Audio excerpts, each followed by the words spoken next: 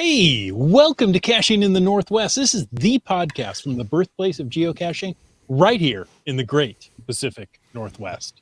Now, it's Thursday night at 9 p.m. Pacific. I'm Chris of the Northwest, and we're going to talk about geocaches and geocachers from here and all around the globe. So while you're watching videos of zebras walking down the city streets, we'll be caching in the Northwest. Yes, indeedy. And tonight we're talking about the WSGA GeoTour with MC3 Cats. He's from the WSGA, don't you know? Hey guys. Welcome back. Thanks. And live audience, jump in that chat. We want to hear from you and share your thoughts, your feelings, input of all kinds. Yeah, okay. Landmark is not so sure about the feelings part. Well, let's see. But it is time to bring in our touring Tamarind. Some say he supports recycling by sleeping in a cardboard box. And others say the state of Oregon considers him an invasive species. All we know is he's called a land monkey. Oh, timing is everything, eh? And I say, first of all, very funny. Thank you. Very good intro this evening. And I have been editing my YouTube videos like this week, getting them ready. I'm hoping to have them either this weekend or early next week ready. The ones about the cardboard box? No, the ones about the WSGA GeoTour. Oh, okay. And how we completed 2 of them in one road trip. So perfect timing for tonight's episode, but also we dipped into the state of Oregon while we were doing the Southwest ones because, I mean, you're right across the river. You may as well. Mm-hmm. You may as well. You may as well. That's right. Sure. Mm-hmm. And they let you back out? Prove me wrong. Anyways, looking forward to this chat. Mr. Three Cats, good to see you. All I got to say is, what did you do to tick off the state of Oregon to become an invasive species? I don't know. That's tough. Pretty much That's an classified. invasive species anywhere not in British Columbia. So, There you go. but yeah, I don't especially tick anybody off. It's just my natural Inclination. things. Yeah, I'm glad you're working within your giftings. I am. Yeah. I am. Good stuff. All right. Well, looking forward to having this chat. Like I said, little teaser. I've got a video about this coming out, so I've got a few questions I'm going to be picking your brain about MC3 Cats as we go through this, because we are really enjoying working our way through this GeoTour series. And I think a lot of our listeners are as well, and so I think we're going to have a lot of great questions from the chat as well. But before we get to any of that, a quick reminder that we appreciate the support of our patrons who help to, did I say that patronizingly? When I said patrons, who help to keep this podcast coming each and every week, thanks to Land Sharks, one of our corporate Denali level sponsors. That is LandSharkz.ca.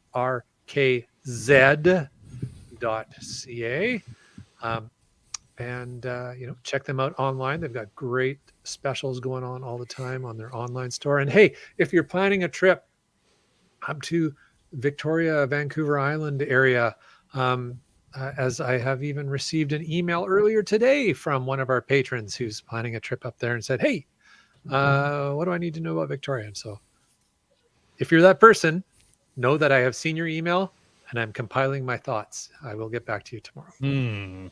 But, Thoughts compiler. Yeah, a thought compiler, a Pascal thought compiler. Fancy.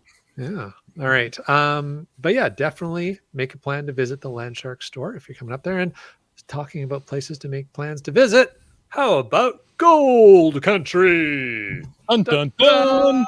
That's right. Our other corporate Denali level sponsor, Gold Country Geotourism. Just look at those views. Look at that amazing location behind me. You want to go there and geocache, don't you? Sure. All right. Well, there's 2 geotours. So go on out there, enjoy, find geocaches, earn coins and cool stuff, and meet wonderful people and see amazing views. Download the app, check it all out online at exploregoldcountry.com. All right. And, if you want to know more about supporting this show and you want to get me to shut up so you can hear the rest of the show, well, just head on over and click that Patreon link on the cachingnw.com a website. Wait, is that really all it takes? Did we get any new patrons? No. I guess we'll find out. So you're going to continue talking. Okay. Oh, sorry. It was too easy. You just tossed it out there. Hey, folks, it's time for the glow. You may ask, what is the glow? What is the glow? What is the glow? What is it? Wow. That's all very nicely done. Hey, what's the glow? Oh, I thought we were doing an ASMR podcast suddenly. Okay. Hey, yo, tell me about the glow. Oh, you are so hip. Hey, the glow is the geocaching log of the week. So whether you read it or whether you wrote it, we want to hear about it because great logs simply make geocaching better. Now, we need each and every one of you to send in an email, a recording, something into feedback@cachingnw.com. You can also call into 253-693-TFTC and show us how you glow because we need your glows. Look at us. We're hardly glowing at all. Barely. Hardly a glimmer, much less a glow. Don't have that seasonal glow on yet. No, not at all. It's the winter times and the lack of vitamin D. That would be a reason right there. Yeah. Right? Yeah. We are getting just a little bit more sunlight every day, so True. we'll just keep glowing a little more. Well, let's see. Tonight's glow came to us via email from BC Rockcrawler, who I see in the chat is active. So glad you're here tonight, Rory. It's for a virtual geocache called Qualicum Beach Birding Virtual 3.0 Virtual Cache. There's a mouthful for you. That is GC9 Papa 8 Golf November, don't you know? And being a virtual cache, he expounds a little bit on the theme of the cache, which was, if you missed it, birding. So the log says, today this virtual took on a little more significance for me, BC Rockcrawler. I've had a growing curiosity about birding that was started from a seed planted many years ago at the Pacific Biological Station in Departure Bay, Nanaimo. I was out at the fish farm that is moored to the Brandon Islands. I was out there on a fish farm doing some repairs. I was sitting in the small shack on the float, having coffee with the tech, Bob, who ran the farm, under the direction from whoever who was doing experiments at the time. These were open net pens with some out in the open and others within covered floats. Some of the experiments dealt with types and amounts of feed, some with growth rates under the direct sun and under the shade of buildings, types of viruses that the salmon would catch within the pens, types of treatments for the viruses. These days, all those types of experiments are carried on land at the biostation so that the parameters can be more closely controlled. Again, getting back to the seed planting part of the log, if you hadn't noticed, I can go off topic on tangents quite easily. So we were sitting there, these very black birds with pale brownish legs, yellow eyes, black pupils with an orange ring around them, and a long, bright orange bill appeared on the island. I asked, what the heck are they? Probably in language that cannot be repeated here. Bob said, they're black oyster catchers. A very common shorebird that is part of the waders grouping here on the coast of North America from Alaska to the Baja Peninsula.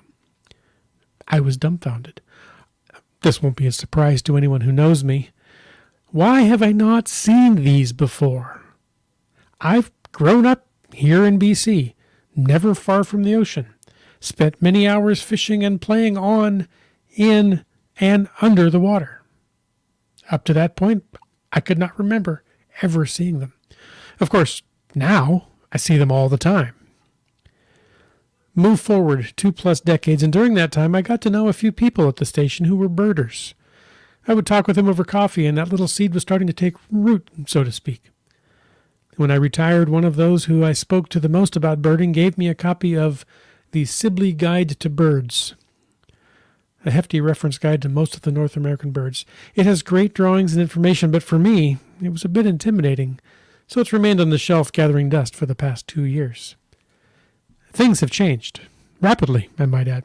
It began with an event hosted in Nanaimo by GeoBirder from Ontario, whose profile page says, "Some days I'm a birding geocacher, and some days I'm a geocaching birder." Two fun hobbies that are even more fun together.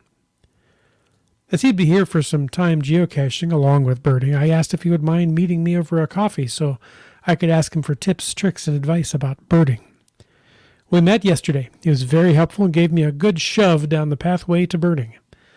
I now have an app he suggested on my phone. It has a neat feature of keeping track of a life list. Every time you see a bird and tell the app when and where you saw it, if you haven't entered the bird before, it adds it to the list. I had 2 yesterday, and today I added 3 more. This cache is a perfect example how both worlds mesh together well. While here collecting the needed information, I saw American crows, gulls. I need to work on how to tell the difference between the types of gull. American widgeon, black oyster catchers, somehow fitting. And I heard a bald eagle.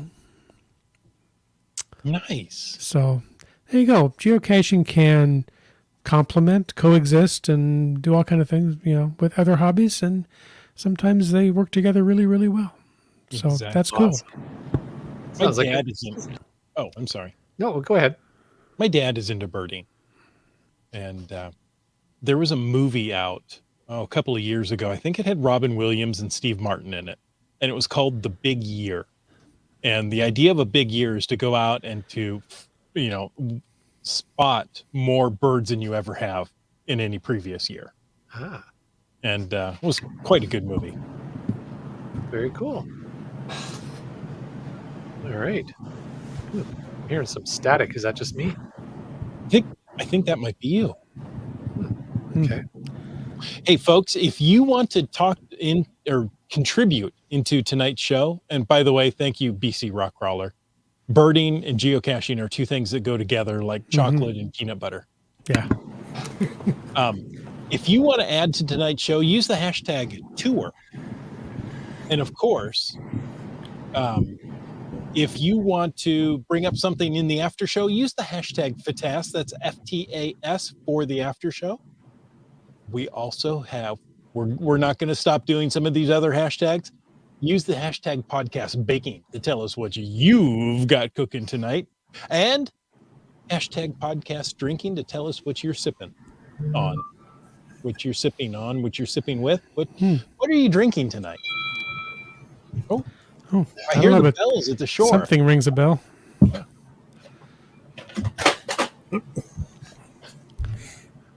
think the wheels are falling off here.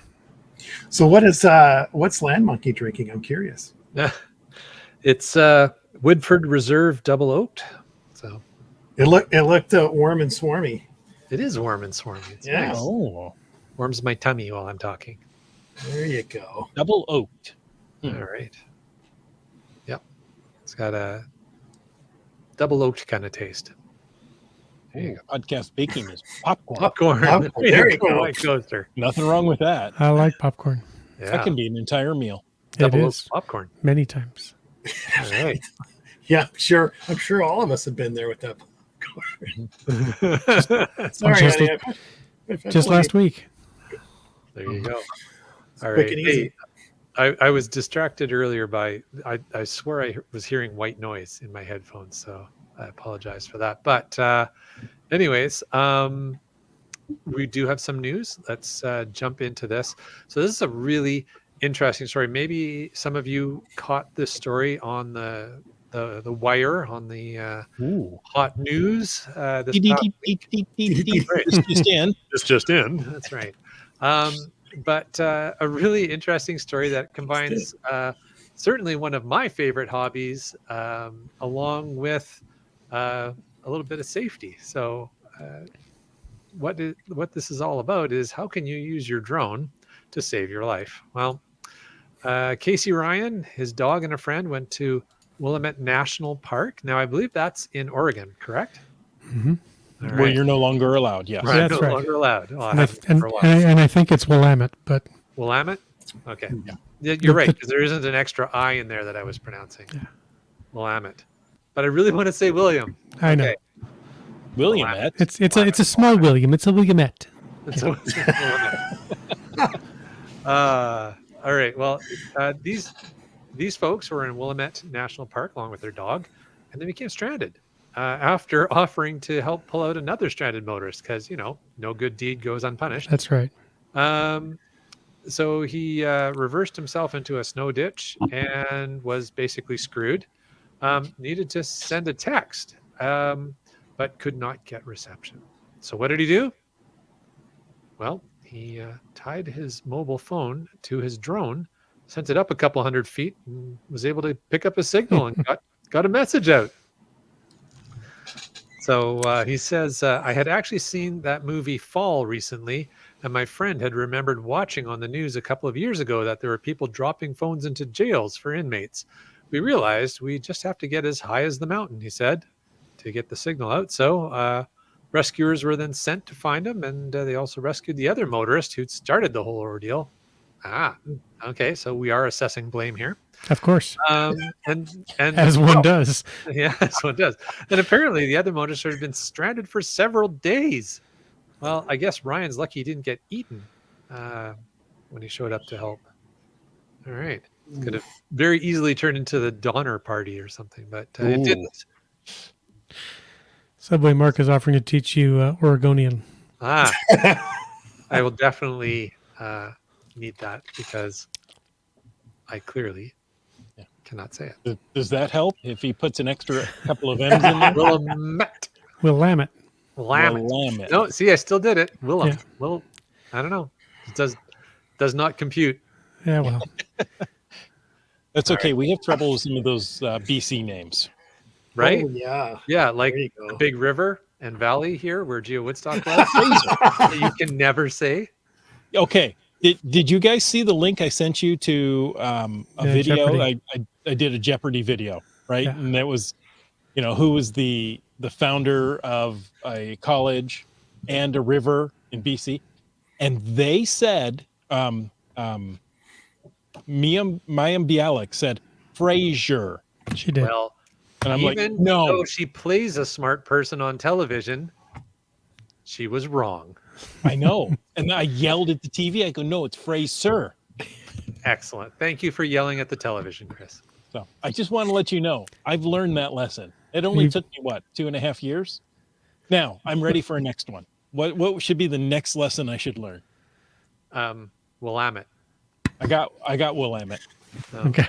Well, you're really doing well. You're ahead of me. I made the Williamette Willamette. sequence. Willamette. Laminate. That's what's on the countertops. Yeah. We're definitely not invited back to Oregon. Okay. No. No, that'll get you kicked out real quick. Yeah. But then if I go back to the New England area, there's all kinds of weird names back there. All mangled terribly. So Like the word that's spelled like Houston, pronounced Houston. Houston Street. Yeah. Hey, Seebeck Tribe pulled up a couple of my favorites. Oh yes. Oh yes. Oh, yeah. Puyallup is the only reason I knew how to pronounce Puyallup because growing up, every summer on TV, I heard You can do it at a trot. You can do it at a gallop. You can do it real slow so your heart don't palpitate. Just don't be late. Do the Puyallup. exactly. But the next one, I had no clue how to pronounce that until I visited there and had somebody correct me because I said sequin. Yep. Yep. Sequim. That's Not how even it's spelled. close. No. Squim. Yeah, it's Squim. Silent E and U apparently. Why I don't know. I don't. No, there's no Y, so it's No. silent also. Wet Coaster has another good one there right after Seebeck Tribes. Let's grab that one. There's a BC one for you. How would you pronounce that, Chris? Quesnel. Jim? I would look at it and assume it was French and say canal or something, but That's a good one. Three Cats? Probably Quesino. It's Quinnell. No S. Silent S. Of okay. course. So I got the silent S part correct. You're closest, Jim. Yeah. Oh, too funny. Yeah. But All right. you get back to like Do an entire Winnipesaukee and show of things. this, really. We could. But Oh, yeah. staying here in the Northwest, there's a name in the center of the state that most people can get okay pretty much. Yakima. Right, we can get Oh, that yeah. one. And Saturday, this coming like just 2 days from now, there's a cache machine there. It didn't get a final dinner event wrap up end of the day event published, but the cache machine is still happening. There is a Friday night event that Quads in the Mud has organized, and on that page, let's see, it's GC, let me see where it is, Alpha 4 X-Ray Romeo Juliet. And on that cache page, there are links to a Cache Turno tour and Streets and Trips Streets and file, Trips. I think. Yeah, there's a and a bookmark list. So those are the caches that people are planning to do. And Brightling also posted there's a Facebook page that has all kinds of details about it. So if you're anywhere near South Central Washington on Saturday the 25th, coming up real quick, well, there's a whole bunch of caches you can go find, and probably find a whole bunch of caches out there doing them. That's right. So Fun. And the chat We- just keeps going. I mean, this is the thing. Yeah. Weird. You name places to geocache in the Northwest. Hump tulips. Oh, yeah. But pronounced like it looks. I mean, they That just it keep is. coming in like Wahyakim. Okay, Right? yeah. Wahyakim. Lasketti Island. Lasquetti. Lasketti. Lasketti, like Spischetti. Exactly. Yeah. I always call it Spaghetti Island. Yeah. It's like Pete Schweddy. Oh, Sawasan? I don't know. Yep. Did I say that right? You did. Yeah. T sound, okay. Oquiem and And Chihuahua. Chihuahua. Yeah. Anyway, they just keep coming in. Yeah. Some of the names are hilarious, right? Orcs, I joke. Well, Awesome. we've already started here, but let's take a moment to introduce MC3 Cats. Now, if you've watched the podcast before, you probably already recognize him. He's got a great first name of Chris, which I think shows great parentage. I'll let my mom know that. Okay. And for the next 7 days, he's the WSGA president. Yeah. For the next 7, yeah. Short timer. I Or know. perhaps shorter, depending on how this podcast goes. Exactly. Could very well be. So, Chris, why don't you introduce yourself? Tell us a little bit about yourself, other than the short-termer position you're holding, about geocaching and such. Well, I've been caching since 2009, near the beginning of the year, and I have been pretty much going at it since then. Haven't really stopped. I don't know, got almost 20,000 finds. Yeah, just been enjoying it, meeting some great people. Of course, I got involved with the WSGA kind of early on in my geocaching career and just kind of stayed with it because I enjoy what the organization has done. And yeah, I mean, that's kind of it, really. Sure, a lot of people already know all that stuff, so I'm gonna hash Probably. over the old stuff. It's always good to go back and Yeah. talk about it. Now, tonight we want to talk about the WSGA GeoTours. There's multiple that are going on. Yep.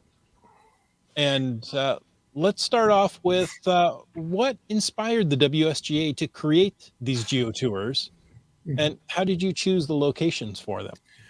Well, we had a big anniversary in 2022. It was our 20th anniversary last year. And so if folks remember our 10th anniversary, we did a big geo art series of caches over the south end of Lake Washington. Well, that's where the artwork was. The caches weren't obviously in the lake, but so we wanted to do something even more special for our 20th anniversary. And so the idea of the tour came up, and so we just kind of thought, hey, that'd be something different that we haven't done. And this is something that we can, kind of spread out throughout the state. So that's how it became multiple tours instead of just one.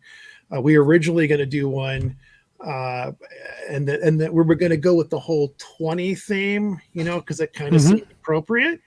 So we were going to have, and we still do, we have 20 caches, GeoTour caches in each of our 7 chapters throughout the state of Washington. And so that was kind of the crux of the tour. So we were going to do one gigantic one. And after starting to set up, we working with HQ, we kind of got talked into, making them smaller, bite-sized mini geotours. And so instead of one big one, we just chopped it down into 7 little bits. So one for each of our chapters. And that's how it got started.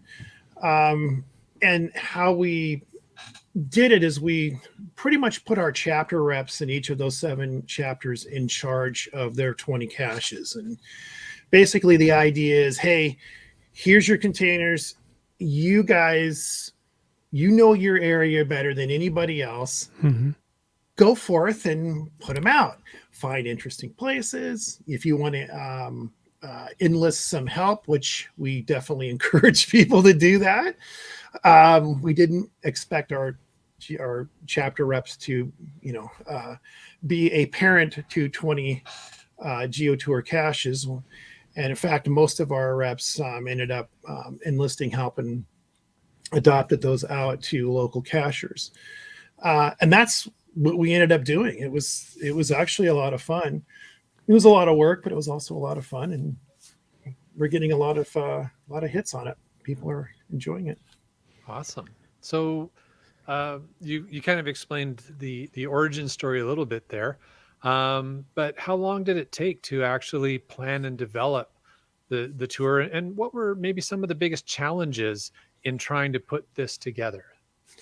Well, we started. I want to say it was definitely in 2022, and it took a little bit to get going. There's a ton of stuff that goes into doing a geotour. Mm-hmm. For us, I mean, it was kind of easy because we had the crux of what we wanted to do. And every good geotour should have some sort of theme. Gold Country has a fantastic theme up there. So our theme was pretty straightforward. We were shooting for getting our goal was to get people back out and get out and visit the state. And so that was really more of a sort of a tourism thing. We were coming out of the pandemic, and it was like, okay, let's get people to go back out on the road and maybe go out and see places within the borders of the state that maybe they haven't been to before. And we figured our local chapter reps know their area better than anybody. They've obviously would cache the heck out of their territory. So why not have them, take the ball and run with those 20 caches? And that's what we did. And mainly the only thing I told them was find some interesting places. Maybe there hasn't been a cache in this one area that you really think is cool. Maybe it's got a fantastic view. Maybe it's near some weird oddity that's in that particular area of your chapter. And try to, get a cache there so that people will come and see this weird, maybe awesome view or strange formed rock or whatever. I really kind of wanted it sort of open. We also kind of took some history a little bit too. So if you've got like a historical area that maybe doesn't get a lot of love, the cache I put out for the PS chapter was basically one of those sort of historic road. And so I wanted to highlight that particular area. So we basically kind of gave that framework and said, here, go for it. And I think for the most part, they did a really good job finding some really interesting places. So I enjoyed the few that I've done already. Have been fantastic. That's great. That's a lot of caches. So it'll take people a while. Yeah, I see people in the chat, they're talking about it. It's not just a lot of caches, it's a lot of distance. It is, yeah. Well, it's statewide. Yeah. The only thing that comes close to this was the state parks geotour from a bunch of years back. The 100. For the Right. 100th Washington State Parks 100th anniversary. They did 100 caches in 100 state parks. Well, you got them beat. And the WSGA just one up them. Did 120. Yeah, we went up them. Not that we were trying. 140. Sorry. 140. Yeah, they were sitting in the meetings and they said, "How many caches should we do? 20?" And MC3 Cat says, "Nay, 7 times 20." Right. That's basically it. But we did it differently than the state parks in that it's not one ginormous GeoTour. It's 7 bite-sized ones. Yeah. Mm-hmm. And that was the other thing is, and I'm really glad we got talked into that because, 20 GeoTour caches is much easier to do than 140. Mm-hmm. And the way we set it up is you just got to complete 3 of any of our GeoTours and we're going to give you a coin, versus having to do 140 and then, it may take you years to do. And then finally you get your little shiny prize at the end, so, You know what, Chris, though, I was going to say on that note, one of the other things, I mean, absolutely doing the whole 140, and I'm sure you'll talk about the rewards for completing all of them, but because you broke it into 7 unique GeoTours, you don't have to do all 140 to get the souvenir either. Like you get a souvenir for every 20, for every one of the 7 GeoTours. So that's fun too, and that helps keep you motivated. I find as a geocacher going through it. Yeah, and again, it's not as daunting because now you're taking it bite-sized chunks and you're getting rewarded kind of along the way with the souvenirs, and eventually, you get the coin, and then the idea is hopefully it'll motivate you to go, okay, now I want to do them all.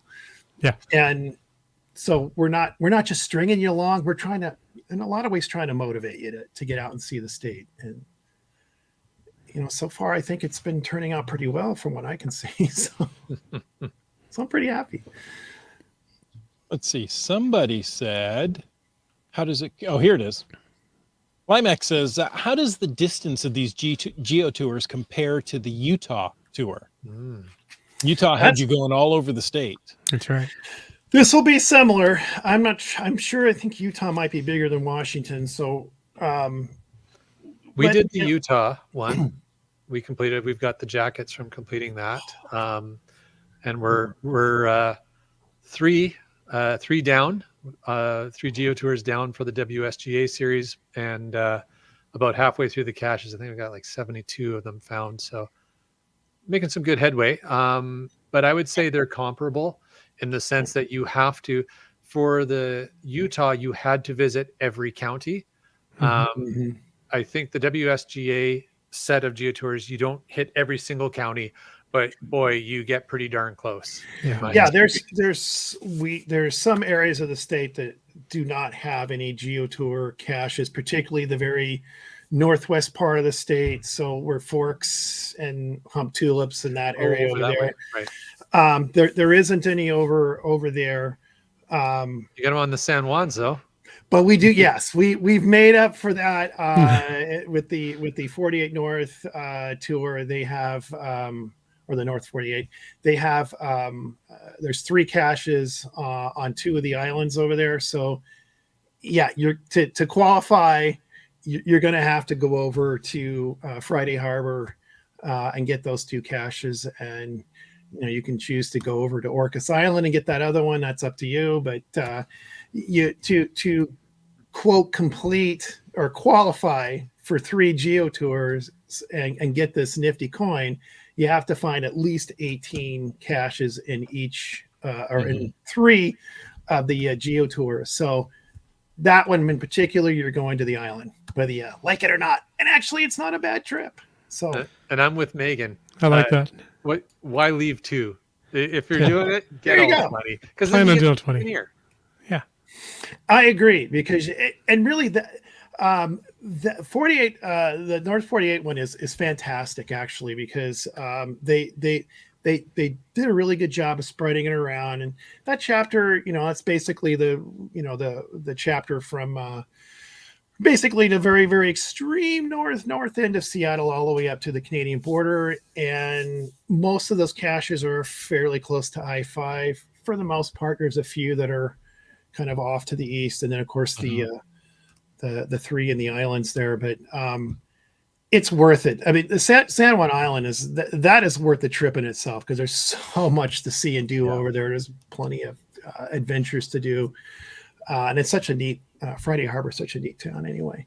Well, and I think that's one of the huge advantages of breaking them up into 7 little geotours is you could go for a weekend or a week in the, island county there in the San Juans, go get the geocaches, enjoy your time, and then plan another weekend trip somewhere else and go get the others.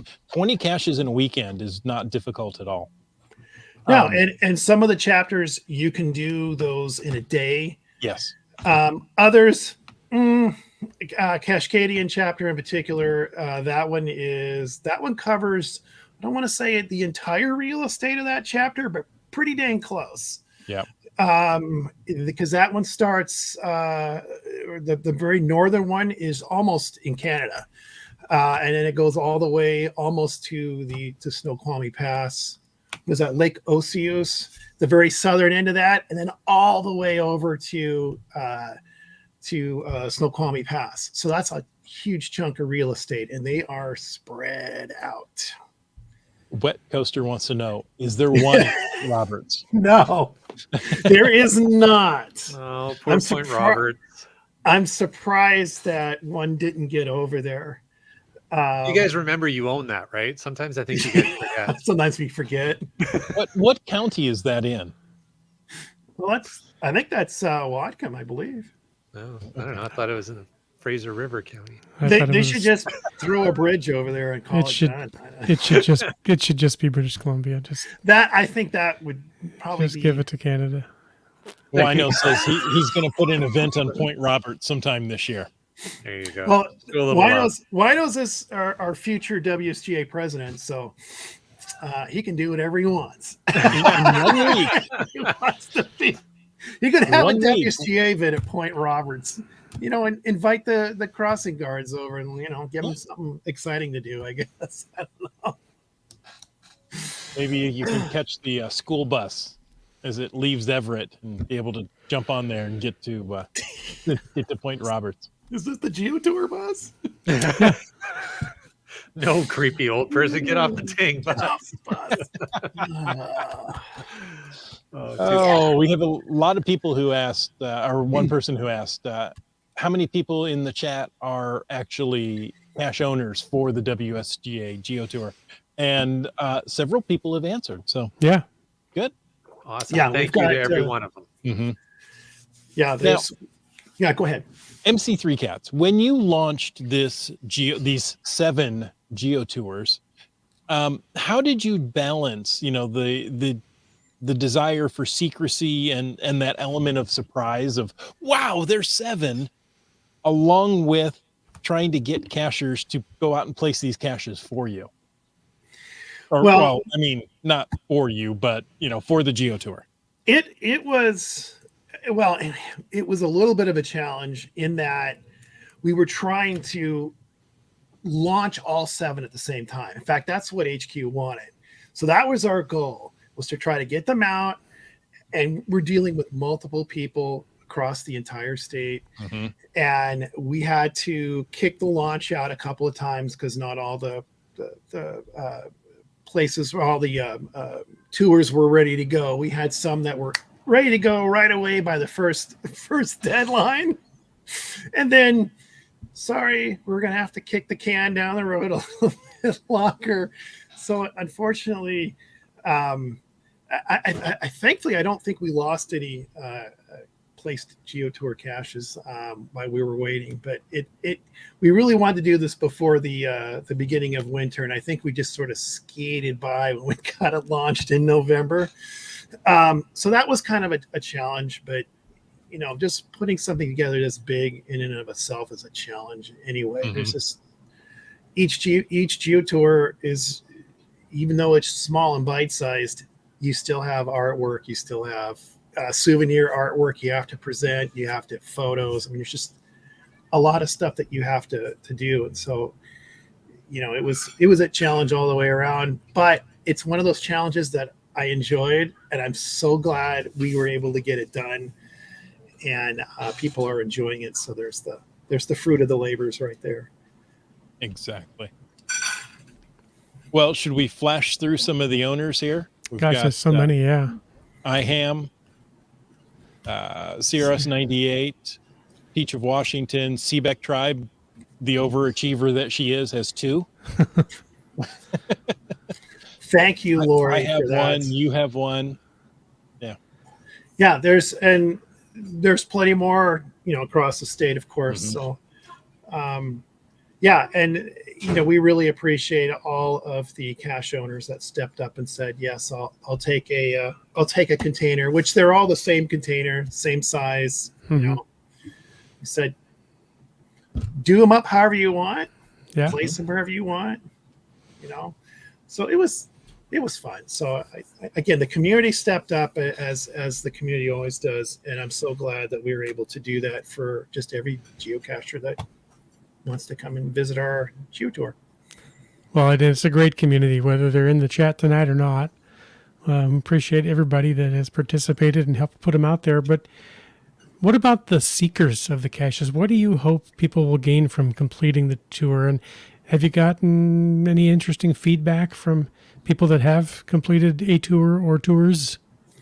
Yeah, so probably the main goal, I think, was to get people back out after the pandemic. That was really the goal. Get out and rediscover the state of Washington. So that was really probably the big thing that I wanted to see everybody, get back out, because there's all these different challenges. We all know the challenges of Delorme, the cities and towns and the county and all those fun things that are out there. And if you've been caching for a while, you've probably completed those or pretty close to that. And you've done enough geotours probably around the area too. And so it's like, hey, let's do something new. Mhm. And that was the other nice thing about it. So so from that standpoint, that was the goal, is to basically to get people outside again, even though it was in the fall when we launched this. We didn't have a problem getting cachers out in the fall. So, and in terms of feedback, I've received so when the passports come in, I actually handle reviewing those and sending the coins out.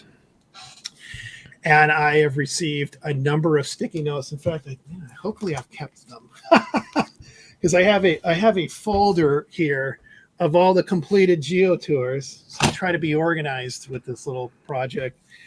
And so we've received a number of them. The one in particular that sticks out in my mind is the one from the person who completed, the only person, I should say, who has completed all 7 geotours. One Wow. person has done that So far. and so that's 140 caches that she went out and found during the winter. Yes, Yeah, and I've seen lots of comments that some of those are still under the snow. she went out and found them all, and the response she sent me like a 2 sticky note basically saying, I really enjoyed doing this tour. It has been so much fun. Thank you for putting this. I mean, that's paraphrasing it significantly, but and that's just one memorable one. We've had others that have come in with the GeoTour passports. So the fact that somebody went out in the dead of winter and did all 140, that's fantastic. I mean, I wasn't expecting anybody to complete all of them until probably, the spring. Yeah. Mhm. And she went out and did them all within a few months of the tour launching. So fantastic. That's impressive. Yeah. I don't know if she was living in her car this whole time or how she was doing. Could be. I don't know. Having fun, anyways, from the sounds of it. That's I great. think so. Yeah. So Megan says the Inland Empire caches are still in snow. that's not surprising. I'm sure And there's some Cascadia. Cascadia ones, yeah. Some you may have a challenge just driving to, Mhm. unless you have a snowcat. Yeah. Well, we're keeping our eye on it because we're kind of planning to head towards those Cascadian Inland Empire ones as soon as we can. So Take your MC Snowcat. there you go. There you Now, go. Limax asked a wonderful question, and this is one that everybody should know. If you're an owner of one of the caches in the tour, can you still get the souvenir if you get the other caches? You absolutely can. What needs to be done? Well, at least for our tour, this will work with other tours, but with our tour, if you are a cache owner and you have completed all the caches in that tour except yours, you need to email the WSGA or me. And what I will do is I will reach out to our contact at HQ, who is in charge of the tours, and say, so-and-so cacher has a cache in XYZ GeoTour. They have completed all but the one that belongs to them. Can you please award this person with the souvenir? And they will take care of that. Nice. So that's how you get your tour if you're a cache owner, because, hey, we shouldn't penalize a cache owner in our GeoTour if they've done them all but one. So that's the workaround, and they are more than happy to do that. So that's a really good question, and good to know the answer to that, because I hadn't thought about that, but it makes a lot of sense.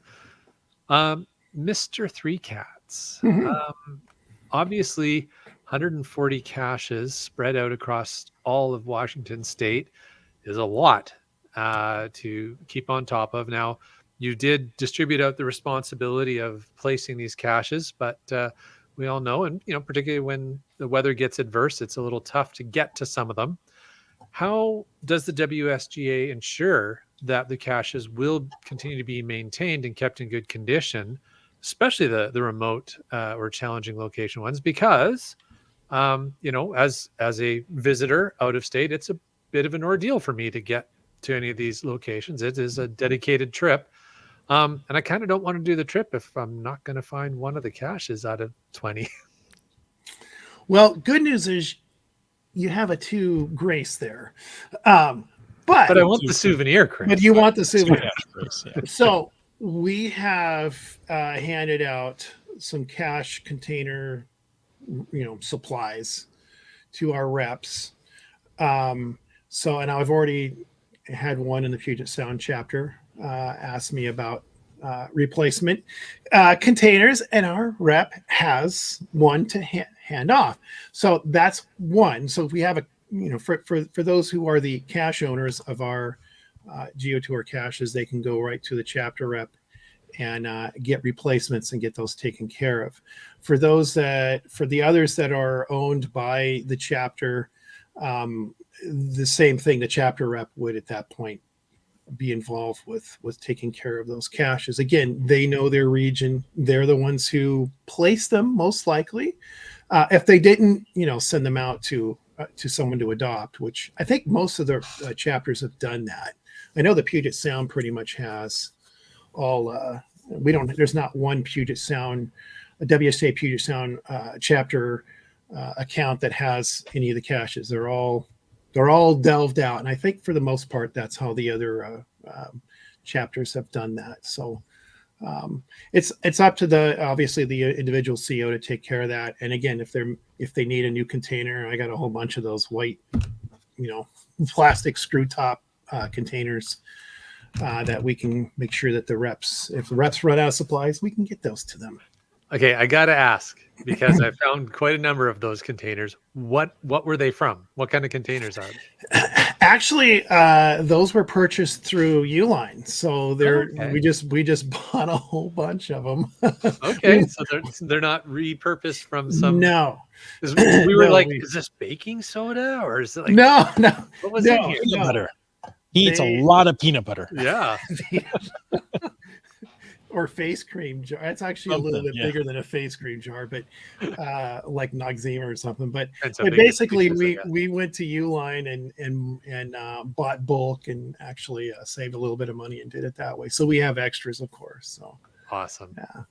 So there you go. Not repurposed. That would be a lot of repurposed containers if you think about it.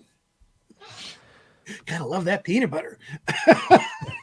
Okay, everybody, we're all having peanut butter and jelly That's sandwiches right. at our next event meetings for the next month.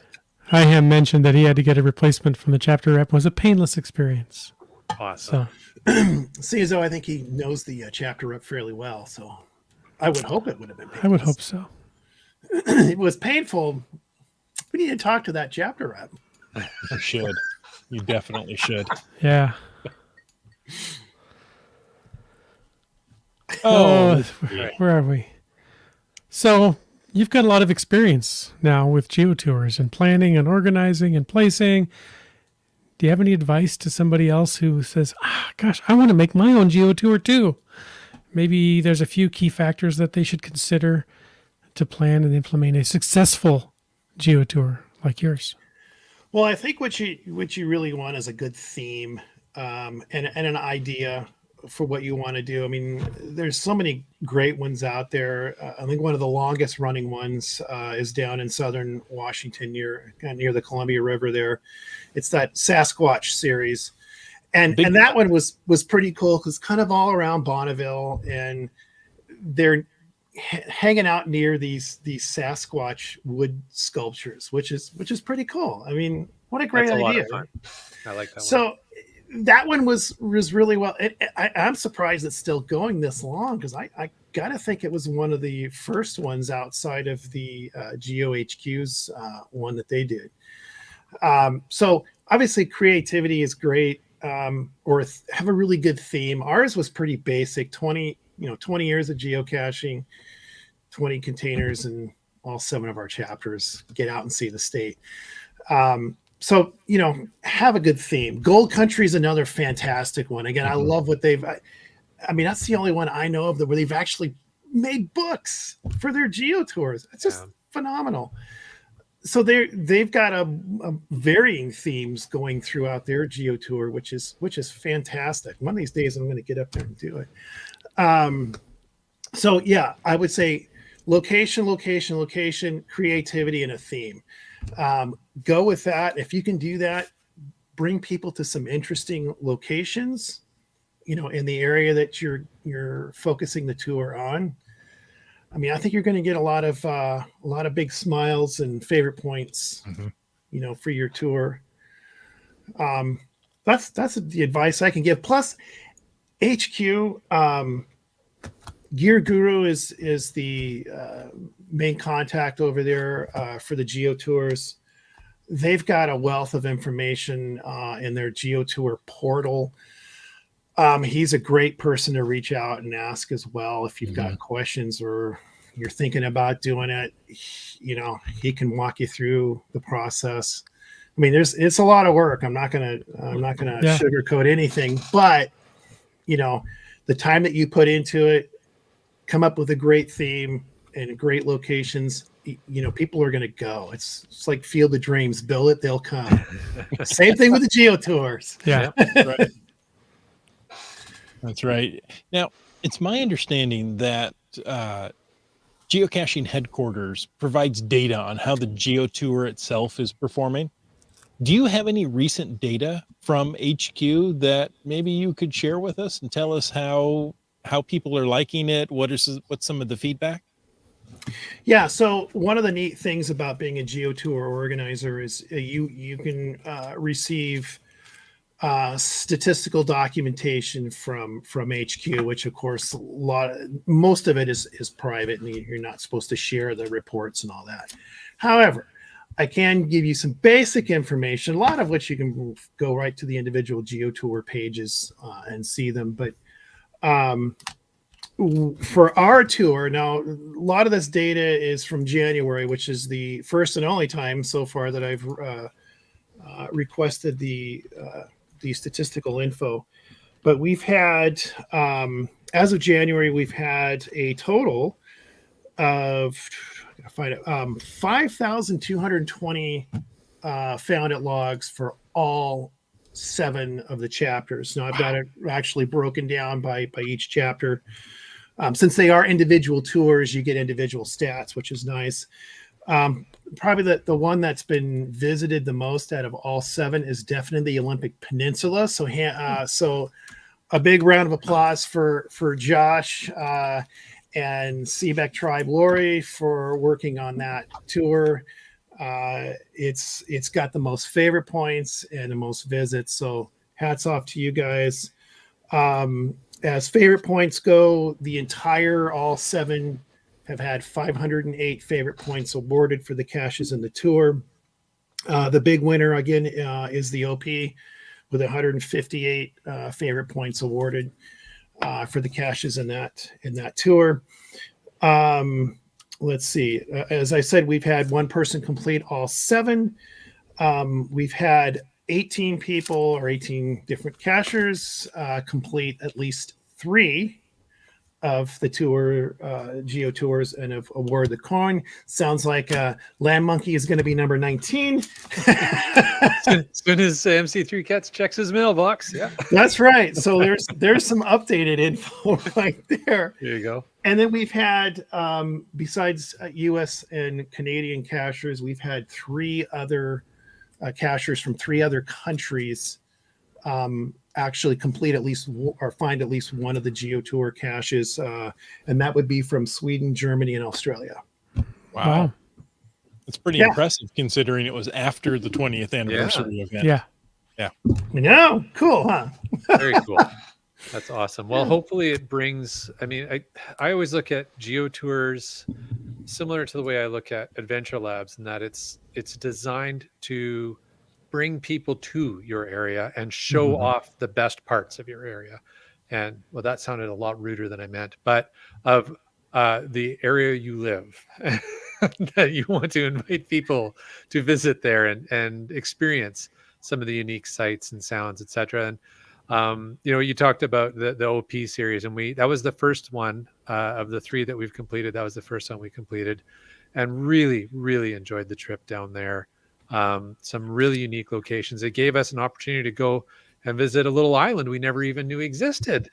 And spent the day. Like, we were planning, like, I guess we'll pop onto this island, get the next ferry back. We're like, nah, we're spending the day here. Like, it was just an amazing, amazing location. So really, really enjoyed the whole experience so far. But yeah, I guess where I was going with that originally is that, given the idea that they're intended to bring people, to hear that you have brought, a small number of people from some other countries, and, Canada is another country, and I'm sure you'll get a growing number as the weather warms up of Canadians coming down and trying to at least get through 3 of them.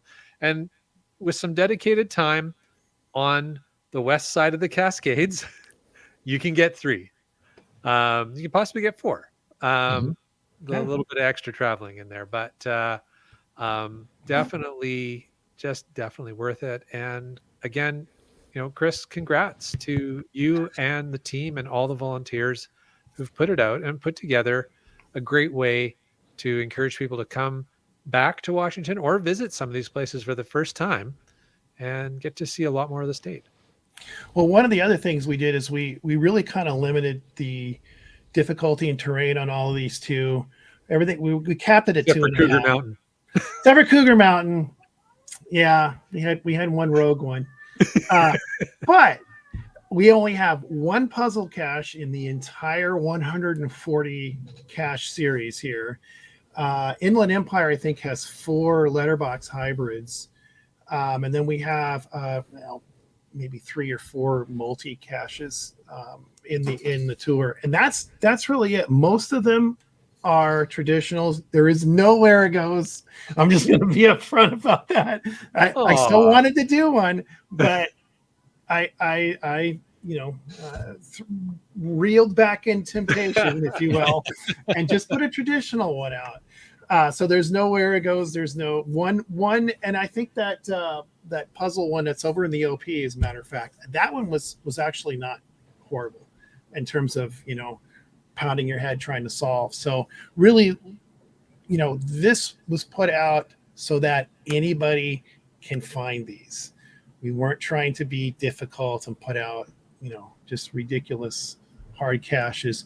We want people to find them. We want people to complete the tour and have fun doing it. And that I think we hit the mark on that. At least I feel that we have. So nice. MC3 Cats, thank you for joining us this evening. Now, if folks wanted to reach out and ask you questions, What's the best way to get a hold of you? Through the geocaching messenger, I would say for now that's probably the best, especially since I will be stepping down, like I said, as WSGA rep. So I mean, you can certainly contact the WSGA through our website, WSGA .org, or just go to our website. It's the easiest thing. I have a fuzzy friend here. Speaking of cats, that would probably be the two best ways to get a hold of me if you got questions on anything. Perfect. And folks, thank you for tuning in tonight. We hope you enjoyed this episode of Caching in the Northwest. Indeed. And also thanks to our corporate Denali level sponsors. That would be Landsharks, LANDSHARKZ.ca, and Gold Country Geotourism. Visit goldcountry.com. So check both of those out.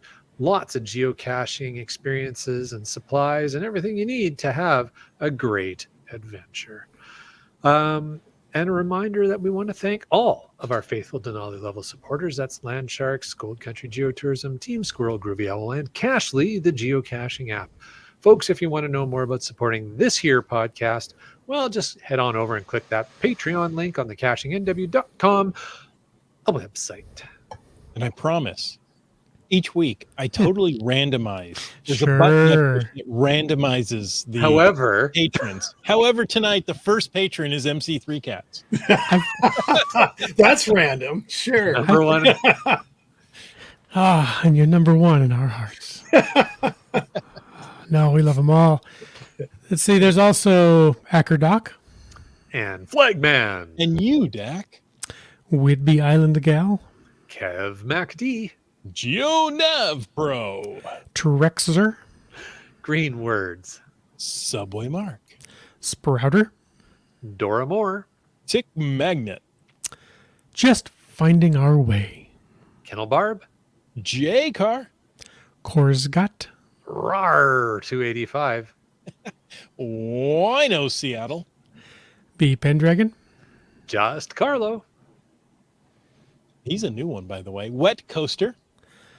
Antaeus, Beach of Washington, Segehove. Team Noltex, Keats 94, Fairwood West. The Camp Clan, The Limax, The Genies.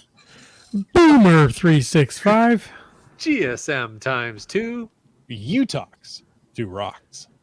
CRS 98, Kid Vegas 19, Honors. LG 9000, Skyhawker, Geocaches. Hemnerv, Ari 5, 4, 3, 2, 1. Logwork. Alarobrick, Gas Station Tuna. Seebeck Tribe, And another new sponsor, another new patron family member here. Read the glow off the start of the show. Birder and geocacher, BC Rockcrawler. All right. Thank you, all the patrons. Thank you, MC3 Cats, for joining us. And thank you, everybody in the chat, for contributing to another episode of Caching in the Northwest. Folks, thanks for taking the time to listen to this episode of Caching in the Northwest. Your support helps keep the quality shows coming. If you like the show, click the Patreon link on the cachingnw.com website. Now, if you didn't like the show, let us know what you want to talk about.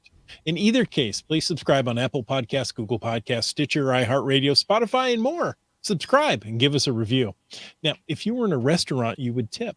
If you were in a live audience, you would clap, and that has happened. But since you're on a podcast, leave us a free, fast, fabulous, fantastic 5-star review. You can also call 253-693-TFTC and leave us a comment, ask us a question, or help us with gas money any time of the day or night, or a drone to fly our phone up. And of course, you can email us at feedback@cachingnw.com.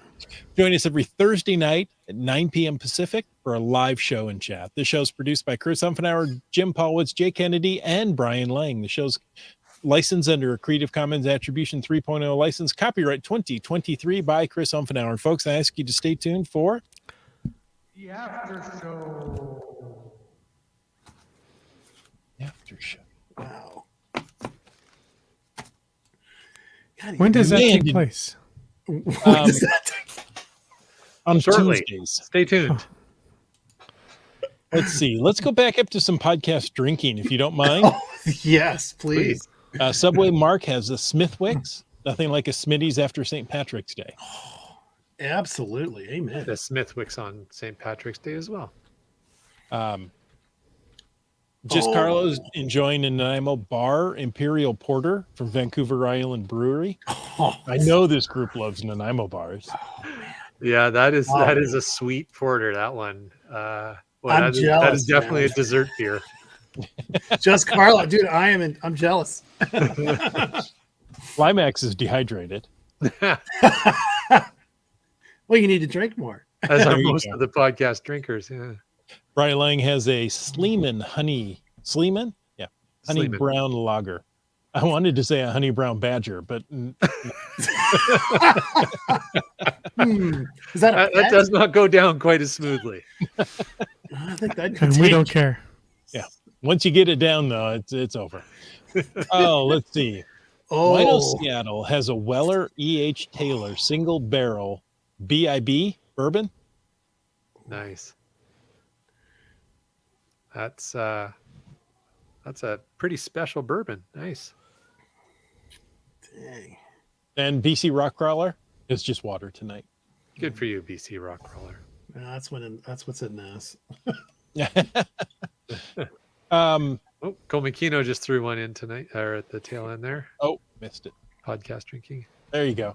Incline Incline Cider Cider Company, Company, Marionberry. Marionberry. Wow. Wow. What's a That's- Marionberry? I'm gonna have to Um, Google this. Oh, It's gee, it's a that's another berry. Oregon thing, isn't it? Marion Is it? berries. Did I pronounce it wrong? No, you No. get it right. Marion berries, right. I kn- Subway Mark can talk about it since he's. Yeah. But yeah, it's a berry. It's an Oregon berry, I believe. At least that's what I understand. He says, Um, says it's okay. the Mariners used that type of cup last year that you mentioned that MC3 Cats is drinking from. So he got that cup when I took him to the Kraken game. Look at all the relationships going on here. Aw. Game. You had a Kraken good time Oh yeah, and the Kraken game. Of course you will. in the crack house. In the crack house. That's what they should call that. Oh, I think they It's not a did. climate pledge arena. Whoa, Yeah. Very politically correct. Okay, that's true though. Land Monkey, this Whack. one's for you. Lasqueti. I always say Lasqueti. Lasqueti Island. There you go. The U is silent. When my parents owned the campground and store there. Oh, wow. So BC Rockcrawler's parents used to own the campground and store there. The draft dodgers would ask where the ferry for Lasqueti Island was. So that's how you'd know. So I've never called it Lasqueti. I always said Lasqueti, like Paschetti, but I was also wrong. It's Lasqueti. There you go.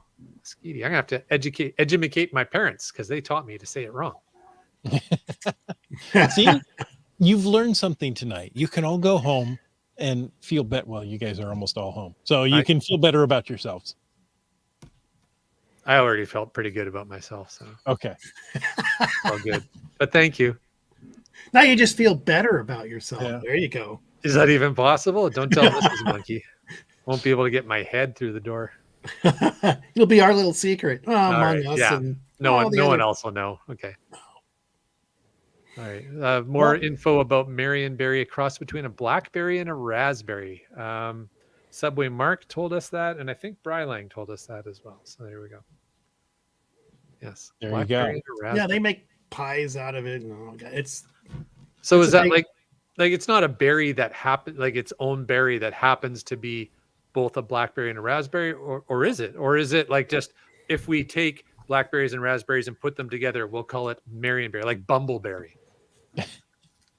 I kind don't. yeah, I don't know Yeah. if it's naturally occurring or if it was, grafted somehow. yeah, like a hybrid berry or something. Interesting. Subway Mark says, yeah, you just had that up there, named after the county he lives in. Marion And County. obviously, Wino Seattle, right after the Marionberry conversation, he says, I brought it to Abbotsford when I was at Geo Woodstock. Got 6 of them, 6 of the berries, and declared them at the border. That's obvious. Unlike some others. I think he means suburban, but yeah, okay. Oh, okay. I like that. Unlike some others. Yeah. I could imagine what he was talking about there. But, Yeah. Oh, Subway Mark says the Marion berry is its own berry. It's a hybrid. IHAM says it's a hybrid. Oh. Developed at would be Oregon State University, I guess. Yeah. Go Ducks. Exactly. Okay. All Yeah, right. they're a bunch of quackers down there. You know, if Mama Blackberry and Daddy Daddy Raspberry love each love other. Yeah. Thank you, Wet Coaster. That paints a perfect picture, doesn't it? Yeah, It exactly. really does. Interesting. I heard, I think the first time I heard about Marionberries was on the way to Mount Rainier. So that's what I associate it with. But Well, anyway, I always associate with Oregon, and obviously, I guess that's the right assumption there. The you right go. association, because I'd never heard of it until I visited some relatives of my wife's that lives in west side of Portland, and they were all about Marionberry. I'm like, what the heck is that? Oh, and I just want to Now I I want know. to say I've been corrected once again. The mascot for OSU is the Beavers, not the Ducks. The Ducks is U of O. yes, You correct. guys got too many universities. I can't keep them straight. When you get your Oregon classes training from Subway Mark, you'll get it all straightened We'll out. get it straight. Well, it was Heather that initially corrected me, so just gotta say. There you go. There you go. PSU is Beavers, not Ducks. Oh, well, she accidentally typed PSU. She meant OSU. OSU. Yeah. There you go. There you go. There it is. OSU is the Beavers. University of Oregon is the Ducks. Awesome. Thank you, You everyone. guys are so good to us. Thank you so Right. much. Hey, folks, thank you so much for listening. And until next week, get out and get caching in the Northwest.